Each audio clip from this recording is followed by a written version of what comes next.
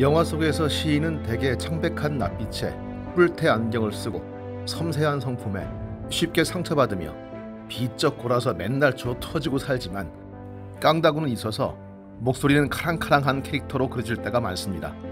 물론 시인도 사람 따라 천차만별이겠지만 보통의 이미지가 그렇다는 말입니다. 그런데 그 이미지를 벗어나는 시인 하나가 있습니다.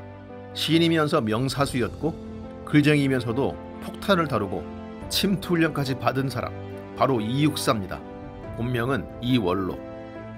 그의 고향은 경북 안동시 도산면 원천리. 안동 사람입니다. 도산이라는 면 이름에서 알 수 있듯 도산서원 근처에 그의 생가와 기념관이 있죠. 그는 진성 이씨입니다. 우리나라 유학의 태도이자 일본에까지 명성을 떨친 퇴계 이황의 후손입니다. 이육사의 형제는 5이었는데 육사 외에도 넷째 이원조 역시 문학적으로 뛰어나 이름을 남겼습니다. 명랑하고 재기발랄했던 이원조는 소설 태백산맥에도 사회주의 리얼리즘을 강조하는 공산주의 문학가로 등장하는데 형 이육사의 유고집을 내기도 했습니다. 일본과 중국 유학 후 1927년에 귀국한 청년 이원록은 조선은행 대구지점을 날려버리려던 장진홍 의거에 연루돼 1년 7개월에 첫 옥고를 치릅니다.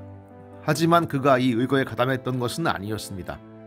눈이 뒤집힌 일본 경찰이 그야말로 저인망으로 훑어서 감방에 쳐넣은 결과일 뿐 재판에서도 나온 판결은 혐의 없음이었죠. 그런데 광주학생운동의 후폭풍으로 일어난 대구 경문사건의 배우로 지목돼 또 옥살이를 합니다. 이 투옥 이후에야 그는 스스로를 이육사라고 일컫기 시작하죠. 그의 수임번호 264에서 그 이름이 나왔다는 말이 정설로 여겨지지만 그 속내는 여러 번 바뀌었다고 합니다. 처음에는 역사를 도륙낸다는 뜻의 육사를 썼고 다음에는 고기 먹고 설사한다는 뜻의 육사를 썼습니다. 전자가 자신이 겪었던 현실에 대한 분노라면 후자는 그래봐야 별 수 없다는 뜻의 냉소가 아니었을까 합니다. 그러다가 한 친지가 역사를 도륙낸다는 것은 혁명의 뜻을 너무 노골적으로 드러내니 평평한 육지로 만든다는 이름을 써라고 권유하면서 우리가 아는 그 육사로 스스로를 일컫게 된 겁니다. 그리고 그는 역사를 평탄케 하는 노력에 몸을 던졌죠. 의열단원 윤세주를 만나 중국 난징으로 가서 조선혁명 군사정치간부학교를 다녔고 이때 사격술, 변장술 등 무장투쟁에 필요한 훈련까지 몸에 익혔습니다. 시와 글이 무기였던 그의 손은 방아쇠와 폭탄 던지기에도 익숙해졌습니다. 또 자신을 교양시켰던 의열단장 김원봉이라 하더라도 단호하게 비판하는 등 이념에 충실한 모습을 보이기도 했습니다.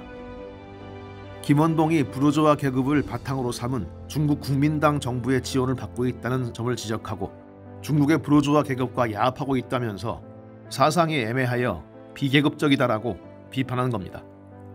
또 일국 일당주의, 즉 한나라에 한 공산당이 있어야 한다는 원칙을 위반하고 조선인 자신이 조선의 혁명 사업을 한다는 것은 그 사람의 혁명적 정조를 의심하지 않을 수 없다고 일갈하기도 했죠. 이러한 견해는 김원봉이 소련 코민테른의 일국 일당주의 지시를 따라야 한다고 주장하는 것이었습니다. 이렇듯 육사는 견결한 사회주의자였고 빵쟁이였습니다. 나이 40에 10번 넘게 감옥을 들락거렸고 중국과 조선을 분주히 오가며 살았습니다. 그의 시 절정입니다. 매운 계절에 채찍에 갈겨 마침내 북방으로 휩쓸려오다. 하늘도 그만 지쳐 끝난 고원. 서릿발 칼날진 그 위에 서다.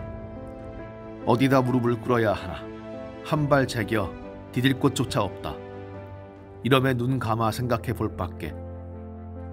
겨울은 강철로 된 무지개인가 보다. 추운 날 압록강을 건너며 또는 만주벌판을 헤매며 그가 내지른 비명 같은 탄성이 뭉쳐서 나온 시 같지만 안동 주변 분들 이야기에 따르면 이 절정이란 시는 고향 낙동강변 벼랑을 바라보며 썼고 절정바위라고 불리는 바위도 있다고 하더군요. 육사는 늦둥이를 본 외동딸에게 기이한 이름을 남겨줍니다.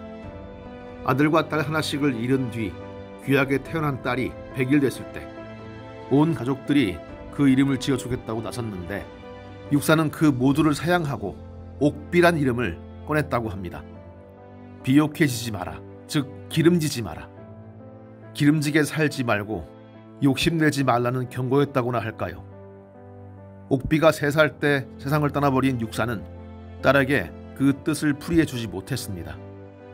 네 아버지는 이런 사람이었다 하며 수시로 기억의 죽비를 내리치던 어머니에 비추어 딸은 자신의 이름의 뜻을 미루어 짐작할 뿐이었죠. 육사는 옥비의 어머니, 즉 아내와 7년 동안이나 소원하게 지내다가 화해했는데 그 사연이 스산합니다.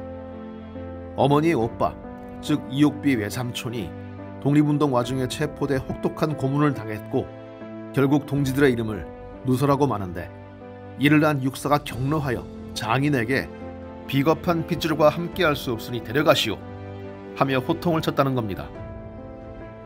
이옥비 외삼촌은 그 후 육사를 한 번도 만나지 못했고 죽을 때까지 두고 옥비에게 미안하다 사과했다고 합니다. 육사의 부인도 여러 번 자결하려 했는데 친정어머니가 말려서 겨우 목숨을 이었다고 하니 이 육사라는 사람의 모서리가 얼마나 뾰족했는지가 짐작이 갑니다.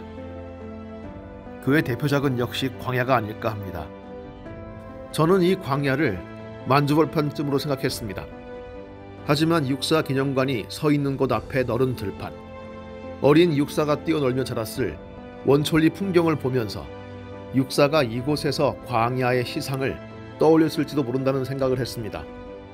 산들이 바다를 연모해 달리던 때에도 차마 범하지 못했던 그 느낌의 너른 논과 밭, 그곳에서 육사가 백마 타고 온 초인과 해방의 날을 노래하지 않았나 싶어 그 들판 앞에서 한참을 머물렀습니다.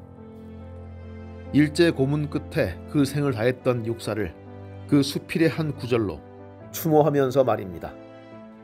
나에게는 진종코 최후를 맞이할 세계가 머리 한편에 있는 것입니다.